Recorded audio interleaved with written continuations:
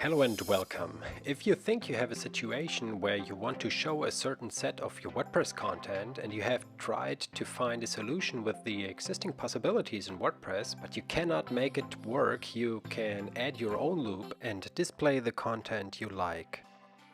Before jumping right into the details of setting up a custom loop in WordPress, really try to make sure that what you are trying to do cannot easily be accomplished with existing functionality in WordPress. Let's say you want to show only a subset of your posts on a page. Use categories for this. If categories don't seem to fit, simply assign special tags to the desired content and use tags instead.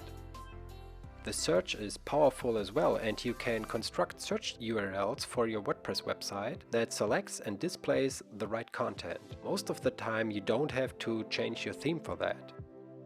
But let's say your use case is special and, for example, you created a custom post type for, let's say, cars. If you then want to select only certain brands and vehicles with a given color and want to use that content either in a special location of your theme, or you want to publish that data in the WordPress REST API, or want to send a report by email, then WPQuery is your friend. WPQuery is a very powerful class in WordPress that can take a lot of different parameters to select the content you want. The basic code looks like this. You create a new WPQuery object and supply an array that holds the necessary parameters. You then loop over the results and can work on the individual objects. There are a lot of parameters, and of course it highly depends on your use case which ones you might want to use. Check out the very detailed documentation on WordPress.org for more information.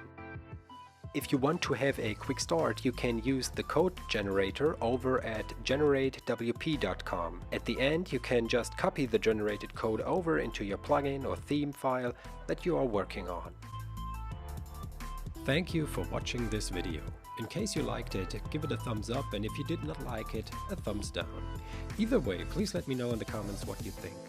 If you do not want to miss any future videos, simply subscribe to the channel and activate the bell to get notifications when a new video is published.